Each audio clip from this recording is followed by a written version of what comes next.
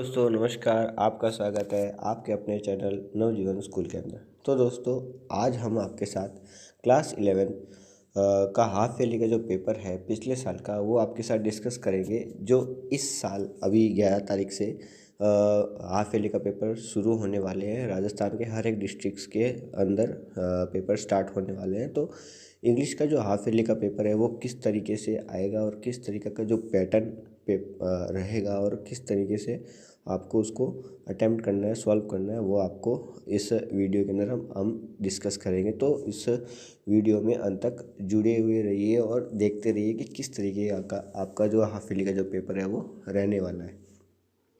तो दोस्तों जैसे कि आपका जो ये पेपर है वो लगभग 3.25 घंटे का होगा और लगभग आपके मिनिमम 70 मार्क्स का आपका ये पेपर रहने वाला है। ठीक है, तो ये तो है आपका पेपर कितने टाइम और कितने मार्क्स का रहेगा। इसके अंदर जैसे कि सेक्शन में आपके पेपर डिवाइड होंगे, ये आपको एज अ पता ही है। ये इसमें जो सेक्शन ए है वो आपके अनसीन पैसेज का होगा, जिसके अंदर 2 अनसीन पैसेज होंगे। और इसमें सबसे अच्छी बात है कि एक जो अनसीन पैसेज है उसमें आपके मल्टीपल चॉइस क्वेश्चंस होंगे, जिससे कि आपको और आसानी हो जाती है इस प्रकार का जो ये पूरा पैसेज है वो सॉल्व करने में। तो कहीं ना कहीं ये आपका सबसे अच्छा पॉइंट रहेगा। अब बात आती है कि आप अपने पैसेज को कैसे सॉल्व करें। तो सबसे पहली बात तो ये है कि आपको ये सारे क्वेश्चंस पहले पढ़ने हैं, उसके बाद में आपको ये पूरा पैसेज रीड करना है। ठीक है, इससे क्या होता है कि आप पहले क्वेश्चंस को पढ़ लेते हो तो आपके ये क्वेश्चंस आपके माइंड में सेट हो जाते हैं और उसके बाद में आप जब भी पैसेज को पढ़ते हो यहाँ पर पढ़ते पढ़ते ही आपके आंसर्स आपको मिलने लग जाते हैं। इससे आपकी जो ये टाइम कंजप्शन है वो बचती है और आप एक्यूरेट क्वेश्चन को ढूंढ पाते हो इस पैसेज के अंदर। तो ये है आपका पैसेज सॉल्व करने का एकमात्र अच्छा तरीका, जिससे कि आपको एक्यूरेसी के साथ आपका पेपर आपको मिल सके। तो इसके बाद में आपका जो सेकंड क्वेश्चन है वो भी आपका अनसीन पैसेज ही रहेगा।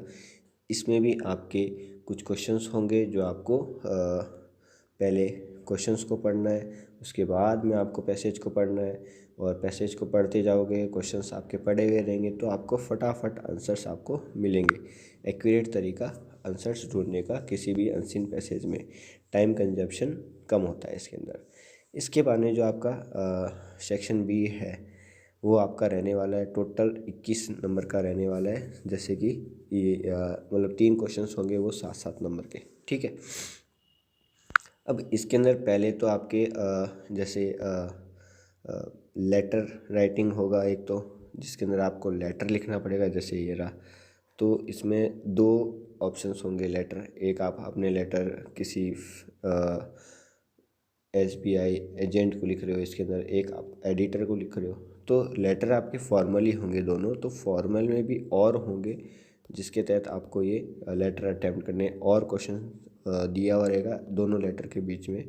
तो वो लेटर अटैम्प्ट करना है। उसके बाद में आपको स्पीच का एक आएगा, एक आर्टिकल, इन दोनों के बीच में आपके और आएगा, या तो स्पीच करो या तो फिर आर्टिकल करो। एक टॉपिक आपको दिया हुआ रहेगा पर्टिकुलर। उसके बाद में आपका कोई एक इवेंट या फिर इंसिडेंट दिया हुआ रहेगा, एक आपको टास्क दिया हुआ रहेगा। तो उनमें भी एक और आएगा जिसमें से आप या तो इवेंट करो या फिर कोई टास्क करो। तो इस तरीके से आपको पूरा या आपका सेक्शन बी है वो सॉल्व करना है और आपके दिए हुए रहेंगे, जिससे कि आपको थोड़ी मदद होगी कि आपको दोनों में से कोई एक करना है। जो आपको आता है वो आप सेक्शन बी में कर सकते हो। ठीक है, तो ये आपका पर्टिकुलरली सेक्शन बी रहने वाला है। इसके बाद में जैसे सेक्शन बी हो गया, उसके बाद में आपका आएगा सेक्शन सी, जो कि एक आपका ग्रामर पार्ट है। सेक्शन सी में आपको क्या करना है, आपको ग्रामर पार्ट करना है। इस ग्रामर पार्ट में आपके होंगे वर्ब, उसके बाद में आपके होंगे मॉडल, उसके बाद में आपके होंगे डिटरमाइंस।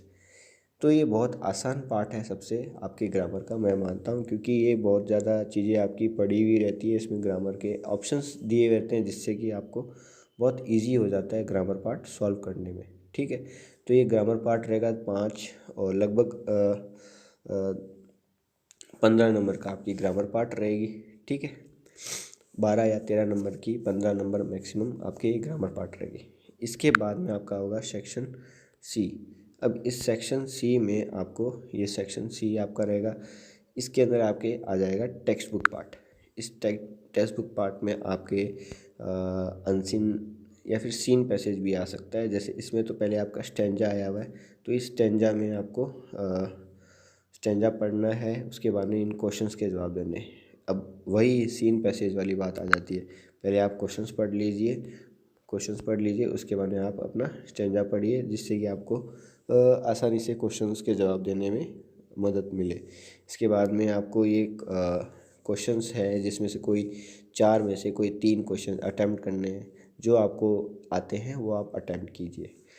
ठीक है, इसके बाद में आपका आता है सेक्शन डी में ही आपके आता है सीन पैसेज, जो कि कोई भी चैप्टर आपको उठा के दे देंगे, आपने जो पढ़ा है आपके पूरे सिलेबस के अंदर, तो उसमें से जैसे कि ये आपके एक अनसीन सीन पैसेज और एक ये दूसरा है, इसके आपके यहाँ पर क्वेश्चंस दिए हुए रहेंगे।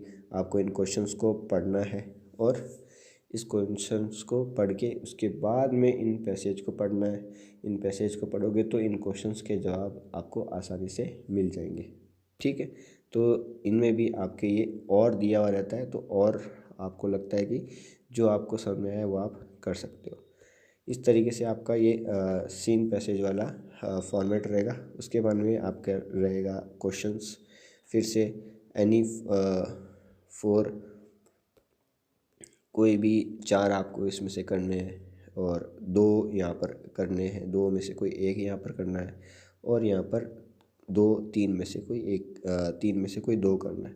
इस तरीके से आपका ये पूरा पैटर्न रहने वाला है हाफ ईयरली का इंग्लिश का।